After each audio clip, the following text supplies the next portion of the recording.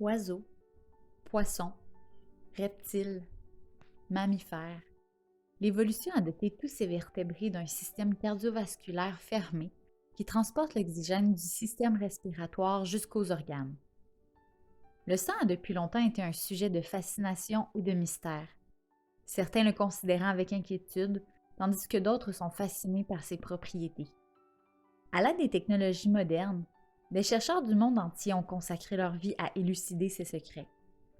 Mais que sait-on exactement sur le sang? Qu'est-ce qu'il contient? Et surtout, pourquoi est-il si important?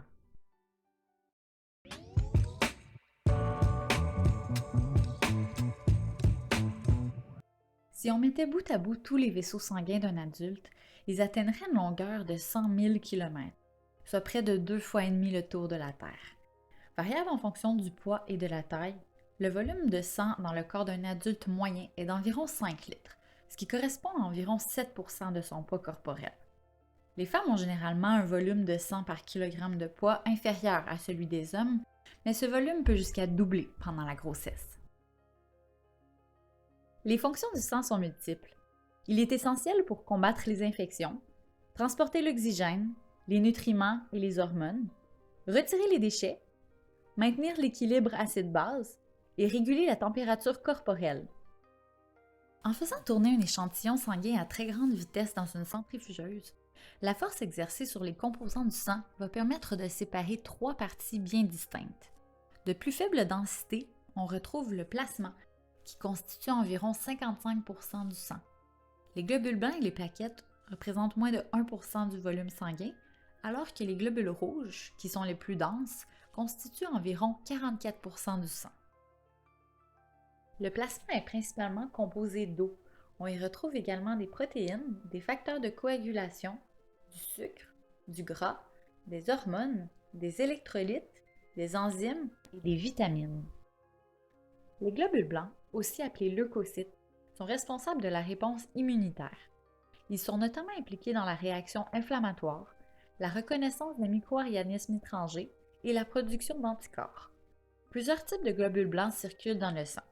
Leur concentration peut varier en cas d'infection, de maladie auto-immune ou de tumeur. C'est pourquoi leur dénombrement est important pour surveiller l'état de santé d'une personne. Les plaquettes sont des fragments de très grosses cellules appelées mégakaryocytes. Elles ont un rôle important à jouer dans la coagulation. Si un vaisseau sanguin est endommagé, elles vont adhérer à la paroi et attirer d'autres facteurs de coagulation afin d'arrêter l'hémorragie. Leur concentration doit être finement contrôlée, car trop peu de plaquettes entraînerait un saignement excessif, alors qu'un nombre trop élevé de plaquettes pourrait augmenter le risque de formation de caillots sanguins. Les globules rouges, aussi appelés érythrocytes, sont les cellules les plus nombreuses du sang. 2 à 3 millions de globules rouges sont produits chaque seconde dans la moelle osseuse. Ils vont demeurer dans la circulation sanguine pendant environ 120 jours, après quoi ils seront éliminés dans le foie ou la rate par des macrophages, un type de cellule immunitaire. Pour que la production de globules rouges se déroule adéquatement, un apport alimentaire suffisant en fer, en acide folique et en vitamine B12 est essentiel. Avec leur diamètre de 6 micromètres, ils sont 16 fois plus petits que l'épaisseur d'une feuille de papier. Chez les mammifères, les globules rouges ont perdu leur noyau, là où est contenu l'ADN. C'est ce qui leur confère cet aspect de disque biconcave. Cette forme est importante car elle leur donne la flexibilité nécessaire pour traverser les capillaires, les plus petits vaisseaux sanguins du corps, qui peuvent mesurer à peine 2 micromètres de plus que les globules rouges. Cette forme permet aussi d'augmenter la surface de transfert de l'oxygène grâce à un plus grand nombre d'hémoglobine, la protéine des globules rouges qui permet de lier l'oxygène. L'hémoglobine va capter l'oxygène au niveau des poumons et l'échanger contre une molécule de dioxyde de carbone dans les tissus. Le dioxyde de carbone sera ensuite transporté des tissus vers les poumons pour être éliminé du corps. L'hémoglobine est une protéine composée de 4 sous-sections, au centre desquelles on retrouve un groupe M qui contient du fer. C'est le fer contenu dans l'hémoglobine qui va donner aux globules rouges leur couleur distinctive. Et c'est aussi lui qui va lier l'oxygène pour le transporter partout dans le corps.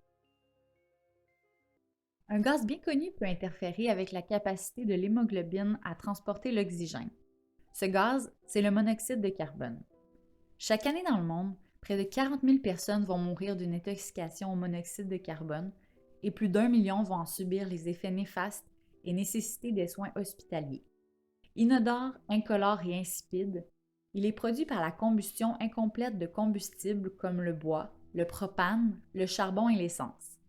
Lorsqu'on le respire, il compétitionne avec l'oxygène pour se lier à l'hémoglobine, avec une force 200 fois plus grande. Le monoxyde de carbone prend rapidement la place sur les globules rouges, privant ainsi les organes d'oxygène. Maux de tête, nausées, vertiges, confusion. Privé d'oxygène, le cerveau, les poumons et le cœur vont faiblir. Des lésions peuvent survenir et ultimement causer la mort si l'exposition n'est pas arrêtée à temps. En absence d'oxygène, les cellules du corps peinent à produire leur énergie. Des déchets toxiques s'accumulent, ce qui endommage les membranes cellulaires, les protéines et l'ADN. Si la privation d'oxygène persiste, les cellules peuvent entrer dans un état appelé apoptose, ce qui signifie qu'elles commencent à mourir. Lorsque suffisamment de cellules sont endommagées ou meurent, des dommages irréversibles aux organes et des conséquences graves pour la santé peuvent survenir. Alors que le cerveau représente à peine 2% de la masse corporelle, il nécessite près de 20% de l'apport en oxygène inhalé par les poumons. Arrêt cardiaque, accident vasculaire cérébral, intoxication au monoxyde de carbone, chacune de ces situations peuvent priver le cerveau d'oxygène et causer des dommages importants, voire irréversibles si la privation est prolongée. À l'opposé, l'activité physique régulière favorise l'apport en oxygène et en nutriments en augmentant la circulation sanguine. Cet apport contribue à protéger et à améliorer la santé du cerveau, notamment en réduisant l'anxiété et le risque de déclin cognitif et en améliorant la mémoire et la concentration. Rempli d'éléments essentiels à notre survie, le sang peut également contenir plusieurs types de pathogènes, comme le virus de l'hépatite B et C et le virus de l'immunodéficience humaine qui cause le sida. Pour s'assurer de rendre les dons de sang plus sécuritaires, les chercheurs travaillent sur le développement de tests de détection plus sophistiqués et sur des technologies de purification du sang pour en éliminer les pathogènes transmissibles. De récentes avancées scientifiques ont également permis d'ouvrir la voie à de nouvelles méthodes basées sur la modification génétique. Des cellules souches de donneurs de sang peuvent être modifiées de manière à ce qu'elles résistent aux infections de certains pathogènes sanguins.